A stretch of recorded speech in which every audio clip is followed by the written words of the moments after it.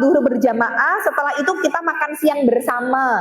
Monggo siapa aja yang mau hadir makan bareng dipersilahkan. Maka ternyata dari para warga nggak ada yang datang nih, yang makan cuma panitia kok, nggak masalah. Yang penting akadnya bukan dikhususkan, gitu ya. Banyak yang kemudian masih merasa bahwa ini bukan upah kok, ini hadiah. Kan kalau hadiah boleh, hadiah memang boleh.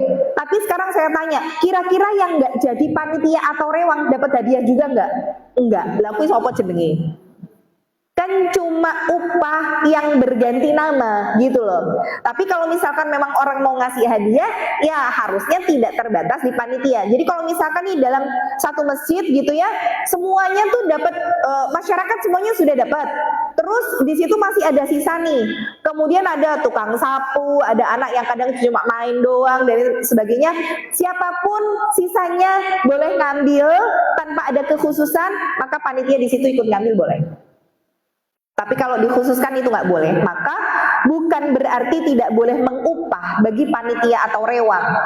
Tapi kalaupun mau mengupah, diambilkan dari uang sohibul kurban. Nah bentuknya ini jangan hewan kurban. Entah itu diganti sembako, entah itu mungkin dikasih uang, entah itu mungkin dikasih lauk pauk, roti dan lain sebagainya, gitu ya. Jadi hanya sekedar tidak boleh upah dengan hewan kurban saja.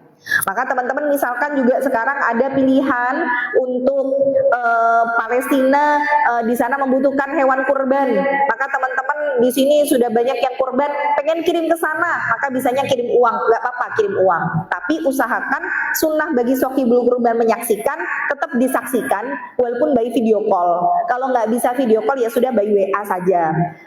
Nanti dikirim videonya, itu boleh. Yang kedua, mungkin teman-teman sudah beli kambing sendiri, ternyata di sini udah banyak banget, akhirnya mau kirim kambing ke daerah pelosok, mungkin ke daerah mana lah ya, Wonogiri kayak apalah yang mungkin tidak terjamah, mau ke Gunung Kidul misalkan, kirim ke sana, kirim hewannya, boleh kirim hewan. Atau yang ketiga, teman-teman panggil tukang jagal, kemudian dari dagingnya didistribusikan langsung ke daerah pelosok, ini kirim daging. Maka tiga-tiganya ini boleh, tapi antara kirim uang dengan kirim hewan, dengan kirim daging, yang lebih afdol adalah kirim daging. Ya, kenapa kirim daging? Pertama, sohibul kurban menyaksikan langsung proses penyembelihannya. Yang kedua, kalau kita jagal sendiri, ibaratnya kita bisa mencicipi dari hewan sembelihan kita. Dan sunnahnya sohibul kurban makan, walaupun cuma satu iris, gitu ya. Walaupun teman-teman boleh dikasih orang semua boleh, cuman sunnahnya ngicipi itu ada gitu loh. Kita tuh eman-eman gitu. Walaupun nggak suka, ya seiris lah. Jangan kemudian menghilangkan sunnah ini. Nah itu sebisa mungkin memang lebih baik kirimnya daging, bukan uang ataupun hewan. Tapi kalau tadi bertanya boleh nggak, jawabannya ya boleh ya. Nah jadi tolong nanti kalau sudah disembelih hewan kurbannya, terus teman-teman sudah dapat jatah dari hewan kurbannya, ini ditandain hewan kurban punya kita. Kenapa? Kalau mau masak ini yang diolah pertama, ya. Yang kedua, jangan sampai ini ketuker, karena kalau tuker barter itu sama dengan jual beli. Dan yang menjual hewan sembelihan kurbannya, kata Rasulullah, fala udhiyatanlah, tidak ada kurban baginya, berarti kurbannya jadi tidak sah.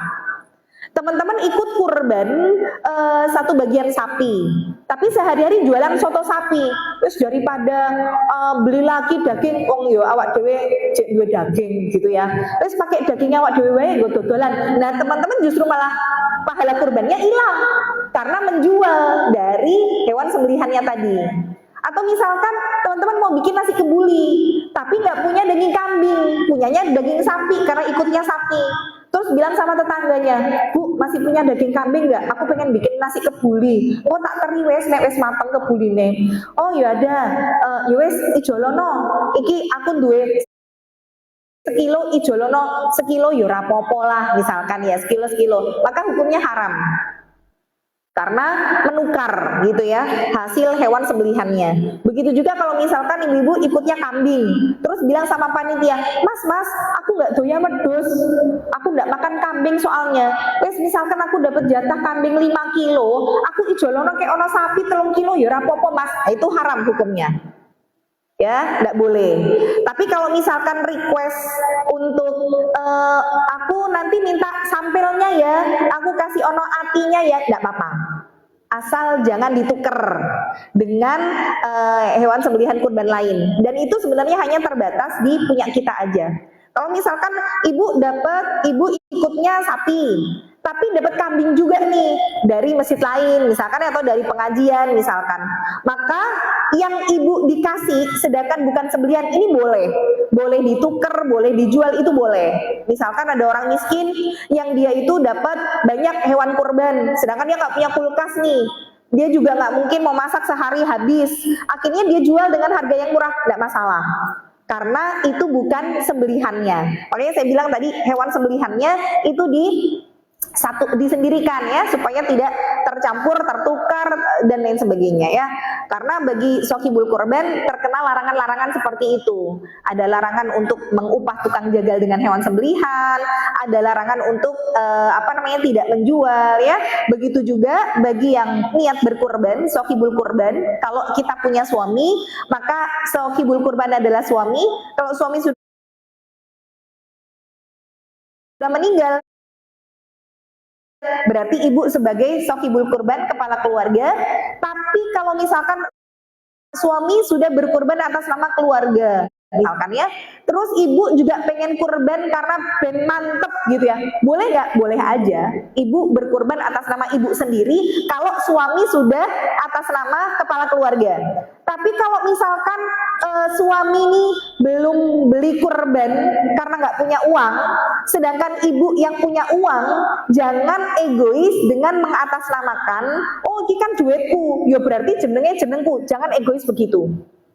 Jadi lebih afdol adalah walaupun itu uang ibu, yang beli kambing kurban ibu sedekahkan kepada suami sehingga sohibul kurban atas nama suami. Maka ibu dapat pahala double, pahala sedekah sekaligus pahala kurban, gitu ya.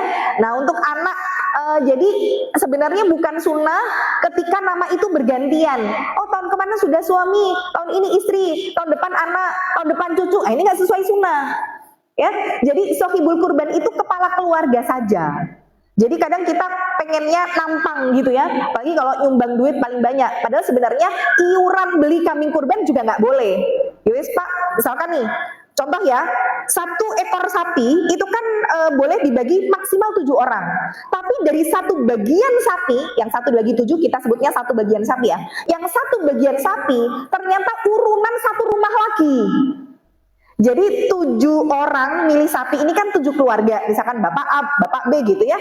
Nah terus 1 bagian sapi ini misalkan 3,5 juta nih, urunan bapak, ibu, anak 3, karena anaknya udah kerja semua. Ya wes awak dewe urunan wae buat 1 bagian sapi. Nah ini nggak boleh, karena sudah 7 maksimalnya. Kalau ternyata 1 keluarga iuran lagi 5, berarti kan 1 sapi jadi 12 dong. Nah jadi gimana? 1 bagian sapi itu cukup untuk semua keluarga, baik yang masih hidup ataupun sudah meninggal. Tapi kalimatnya bukan yowis urunan yo, bukan urunan lagi, tapi caranya disedekahkan gitu ya. Jadi istri dan anak-anak itu sedekah kepada suami, sedekah ke bapaknya, maka nanti akan menjadi 1 bagian. Jadi bukan 1 ekor kambing, ayo urunan yo sak kelas yo. Nah itu berarti nggak boleh juga, nggak akan dapat pahala kurban, karena ketentuannya 1 ekor kambing hanya boleh biaya pengadaannya 1 orang saja. Nah jadi kalau misalkan nih ada 1 masjid yang dia itu dapat kurban dari bank, ini banyak nih yang kayak gini. Jadi misalkan bank gitu ya, bank ini mereka iuran atau entahlah uangnya dari mana, pokoknya si bank ini ngasih 1 ekor kambing kurban kepada si masjid ini. Maka sebenarnya kita nggak bisa ini disebut sebagai kurban. Pahala kurban nggak bisa, apalagi kalau dari 1 bank ini iuran dari para pegawainya, ya udah itu sedekah aja. Nah hukumnya kita gimana? Hukumnya kita makan ya enggak apa-apa, uang itu sedekahan. Cuman bagi mereka tidak bisa disebut dan mendapatkan pahala kurban ketika 1 kambing kurban ini di cover oleh banyak orang. Karena hanya bisa 1 kambing ya, 1 orang saja. Nah, kalaupun misalkan kasus, mana juga ada yang nanya, karena di Indonesia bagian timur itu masih sangat jarang sekali Muslim, akhirnya mereka menyembelih itu, jadi sebenarnya menyembelih itu kan maksimalnya di hari ketiga tasyrik. 11, 12, 13. Dan ini juga larangan buat sokibul kurban, potong kuku, cabut bulu ketiak, mencukur bulu kemaluan, cukur kumis, jenggot, itu sampai nanti hewan kurbannya disembelih. Bukan setelah Idul Adha loh ya. Jadi tergantung jatah nyembelih kurbannya di hari keberapa. Lah, maksimal untuk nyembelih kurban itu kan di hari ke-13 Dzulhijjah ya. Jadi 3 hari setelah Idul Adha. Kalau ternyata sampai hari ke-14 ini kurbannya belum juga dibeleh, ya sebenarnya nggak sah. Sebenarnya tidak sah ya, karena sudah dikasih batas ketentuan itu. Tapi kalau misalkan nih ada orang yang mau kurban, sedangkan kurban ini mau dikasihin ke Indonesia bagian timur, tapi Indonesia bagian timur masih jarang sekali non muslimnya. Kalaupun ada muslimnya mereka nggak bisa beleh, jadi nunggu orang lain dari luar daerah datang. Nah, orang dari luar daerah itu datangnya di atas hari tasyrik. Berarti kan sebenarnya dari segi waktunya sudah tidak ini ya, maka hukumnya gimana? Hukumnya bagi yang berkurban, karena mereka memang niatnya untuk berkurban, nyerahin kambing, ya sudah mereka dapat pahala kurban. Tapi bagi kita sendiri, ini sebenarnya tidak disebut kurban, sedekah. Paham ya? Nah, jadi yang diberi sedekah ya enggak masalah juga ya.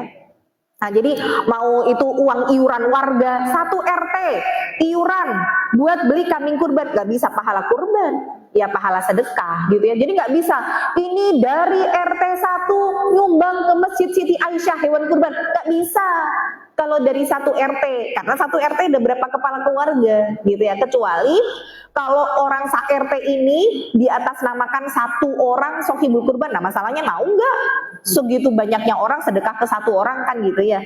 Nah, jadi diperhatikan lagi adalah masalah hal-hal seperti ini, sesuatu yang kayaknya sepele sih, cuman kadang kita nggak paham ilmunya, malah naudzubillah jangan sampai kurban kita jadi tidak diterima karena ada hal-hal yang tidak sesuai dengan tuntunan yang kita lakukan ya. Ini mungkin secara ringkas saja karena saya pemantapan setelah beberapa kesempatan saya bahas fikih kurban. Semoga teman-teman dari hal-hal kayak